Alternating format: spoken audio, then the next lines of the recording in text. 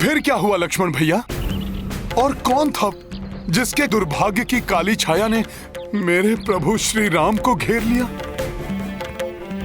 कहीं ये वो तो नहीं जिसने सीता माता का हरण किया था? इसका कारण राक्षसी शूर्पणखा थी। एक बार वन में भैया को देखकर वो उन पर मोहित हो उठी।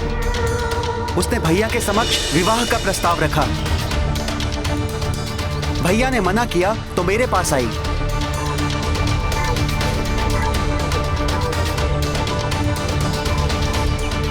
मेरे भी मना करने पर वो क्रोधित हो उठी। उसने सोचा यदि वो भाभी माँ का वध कर देगी तो भैया उनसे विवाह कर लेंगे, और उसने भाभी माँ पर आक्रमण कर दिया। उसी समय भैया के आदेश पर मैंने उसे दंड देने के लिए उसके नाक और कान दोनों काट दिए। नहीं!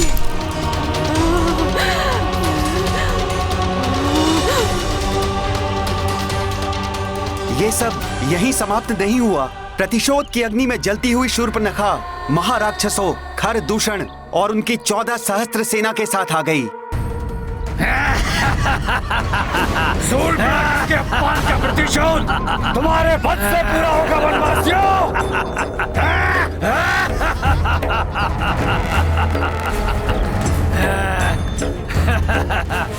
खरदूषण और उनकी 14 सहस्त्र सेना को देखकर भैया श्री राम ने मुझे भाभी माँ की रक्षा के लिए उन्हें लेकर कंदरा में जाने को कहा।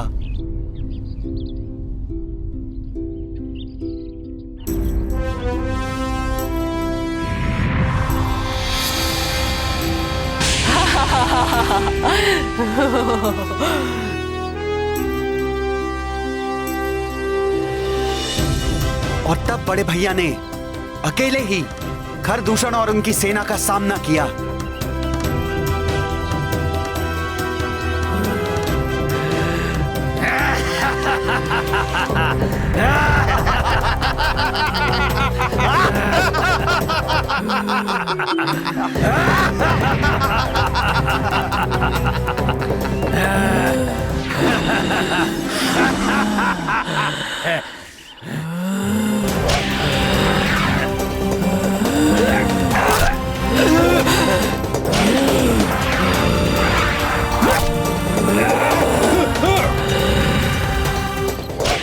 बड़े भैया ने 2 घड़ी से कम समय में ही खरदूषण और उनकी 14 सहस्त्र आसुरी सेना का संहार कर दिया। बड़े भैया के इस पराक्रम को देख भयभीत हुई शूर्पणखा अपने महाबली भ्राता के पास सहायता के लिए जा पहुंची। और शूर्पणखा का वो भ्राता था राक्षसों का अधिपति असुरराज रावण। रावण रावण रावण। ये सब क्या हो रहा है? शूर्पणखा, ये बिखरे देश, ये दशा, लंकेश के राजसभा में इस अवस्था में आने की तुमने साहस भी कैसे किया? आपकी लाचार बहन सहायता के लिए अपने भ्राता के सम्मुख नहीं जाएगी तो फिर कहाँ जाएगी? उन 2 साधारण मानवों ने आपकी बहन की नाक और कान को भी काट दिया। और इतना ही नहीं भ्राता लंकेश, उनमें से उनके ज्येष्ठ भ्राता ने खर और दूषण को पूरी सेना सहित क्षण भर में ही हम लोग पहुंचा दिया। संभव? भ्राता रावण तो कुछ सुन ही नहीं रहे, किंतु इस अपमान का प्रतिशोध मुझे हर दशा में उन वनवासियों से लेना है।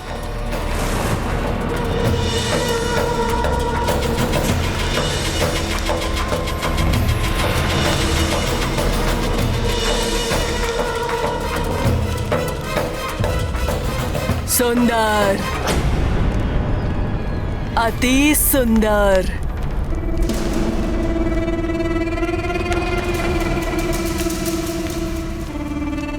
कौन? उसकी पत्नी, जिसके कारण मेरी ये दुर्दशा हुई। पत्नी? हाँ भ्राताश्री, युगों से ऐसी सुंदर स्त्री पृथ्वी पर पहले कभी नहीं जन्मी होगी। ये क्या कह रही हो तुम? मैं सत्य कह रही हूँ भ्राताश्री। सुकुमार तन, खंजर नयन, मृदुल हास्य मनमत के मन को भी मोह ले। रति लजा जाए, अप्सराएं भी अपना मुंह छुपा ले। ऐसी है उसकी सुंदरता। भ्राताश्री, उसका स्थान उस वन में नहीं, इस लंका में होना चाहिए। लंकाधीश के साथ होना चाहिए। चिंता ना करो बहन, मैं जानता हूं कि मुझे क्या करना है। और फिर रावण की योजना अनुसार उसका मामा मारीची स्वर्ण मृग का वेश धारण करके आया और भाभी मां को अपनी ओर आकर्षित करने में सफल हो गया।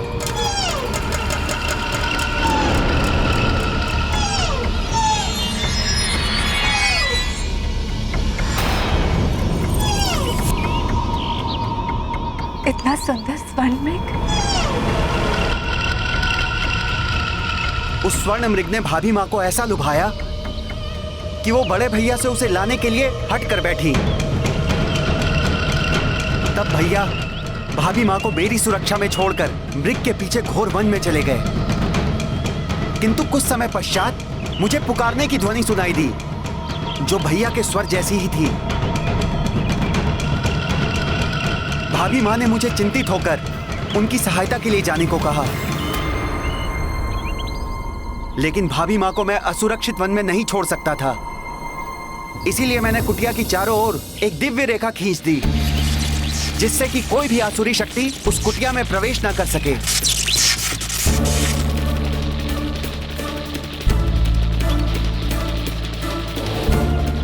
आज्ञा दे माता।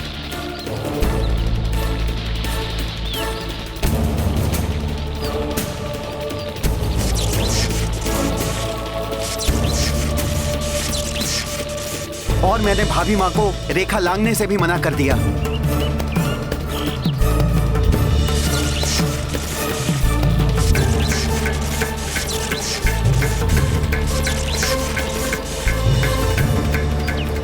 फिर क्या हुआ लक्ष्मण भैया? मेरे कुटिया से जाते ही योजना अनुसार रावण वहां पहुंच गया।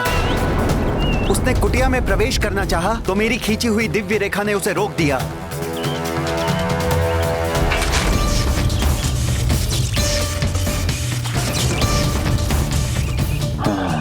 तो अदृश्य सुरक्षा रेखा से सुरक्षित किया गया है इस कुटिया को। तब उस मायावी ने भिक्षुक का वेश धारण किया।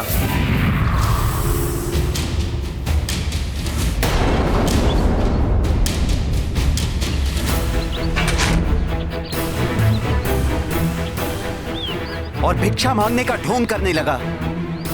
उसने छल से भाभी मां को दिव्य रेखा लांघने पर विवश कर दिया। जैसे ही भाभी मां ने रेखा लांघी,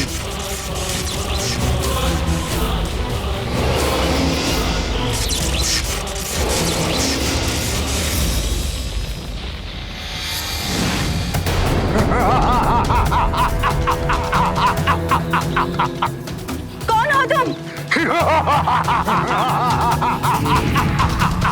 लंकेश दशानन रावण।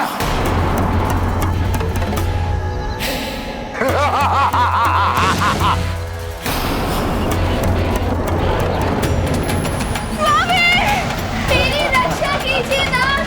प्रभु मेरी रक्षा कीजिए, रक्षा कीजिए स्वामी। और भाभी मां को अपहरित करके अपने पुष्पक विमान से ले गया। मेरी रक्षा कीजिए नाथ। प्रभु मेरी रक्षा कीजिए,